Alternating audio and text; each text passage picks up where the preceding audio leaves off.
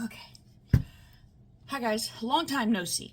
So, um, does this mean that the channel is back in full force? Maybe, no, yes, if I can keep, some inspiration flowing. But we're gonna do something this summer that I am super, super excited about. And, so, Matthew, our son, is going into middle school now.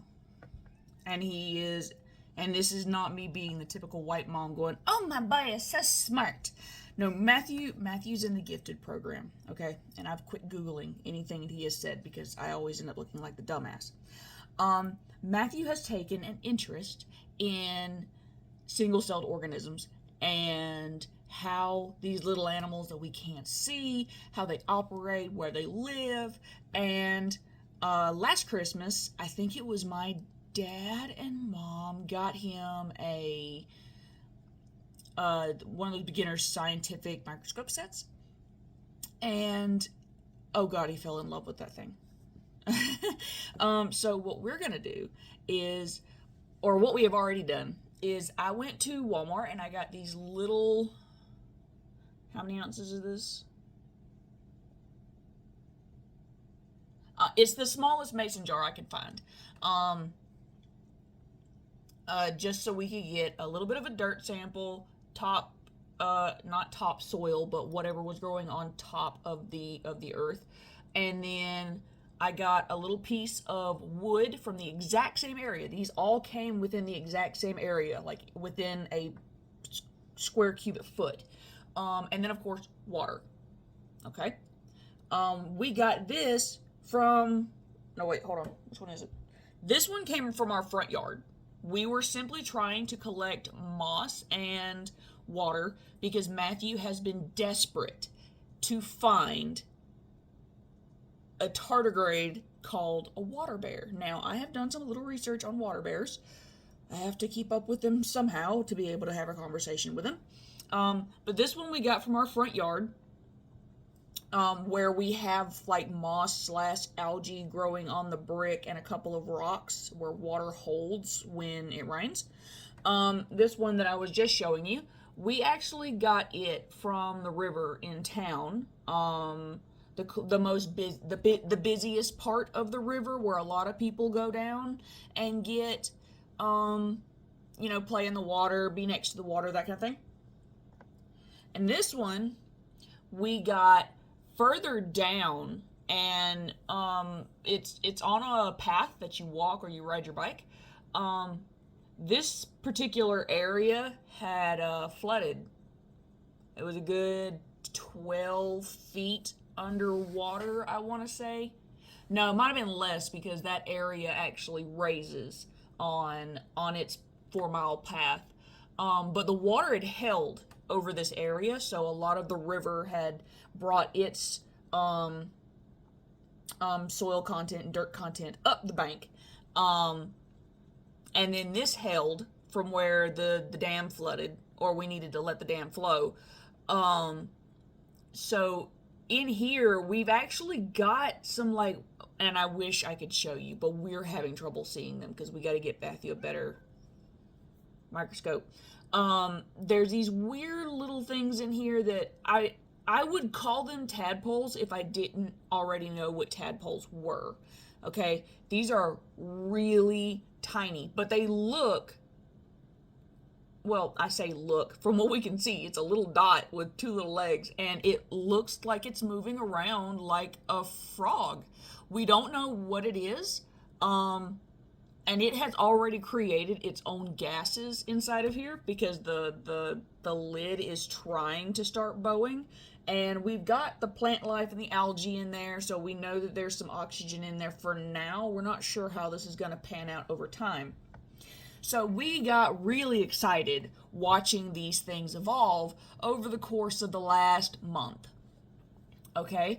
And we were afraid to open them after we started seeing this because we actually took a mushroom sample, and we got a little freaked out. because I'm allergic to black mold. Now, it's toxic to everybody, but I am particularly allergic to black mold. And we got a mushroom that was growing off of a dead tree. I know some people may think that's common sense. Hey, don't touch the mushroom. Well, we cut it off and we put it in another small jar just like this one, and it started having black mold grow all over it. There was steam inside the mason jar, which I found really weird, and then track marks through the steam of where water droplets had actually started going down. So, and then its lid was like super bowed. We were really afraid to open it, so Craig just told me, just, hey, throw it away. So what I did is I went to the store and I bought a 12 count of 16 ounce jars. Okay. So we're upgrading. We're keeping these for now, but we're going to upgrade and we're going to go get samples in these.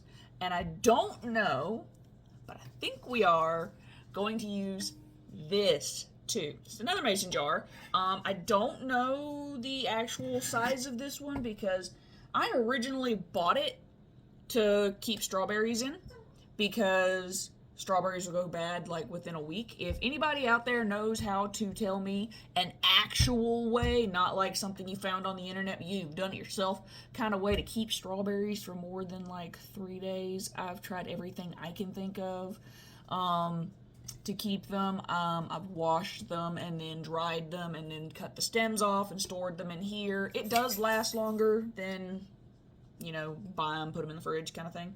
But anyway, I think we're going to use this too, and we're going to go get samples. I don't know how many, because like I said, I bought a 12 pack. It came in like a flat box type thing of these 16 ounce jars.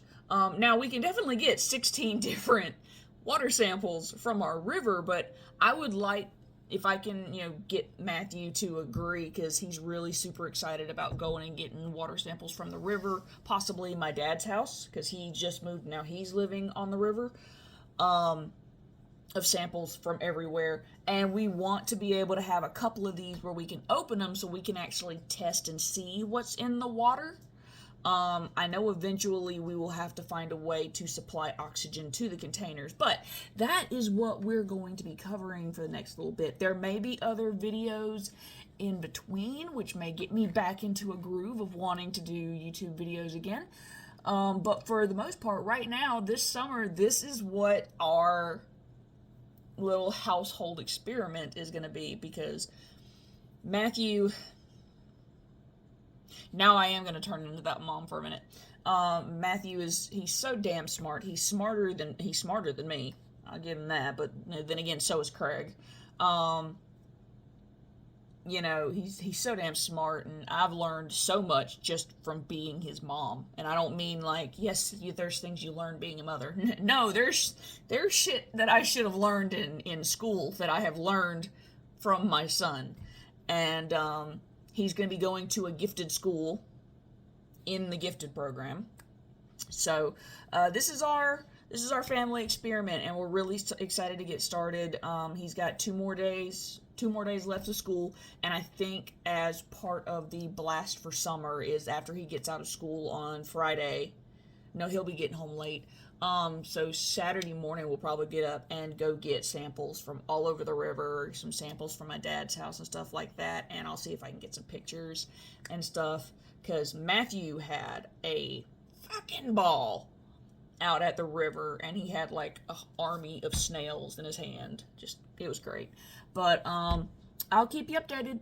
Love you guys, miss you guys, I miss doing this. I'm gonna see if I can get back into it, even if it's nothing more than just a little hobby, which is fine with me.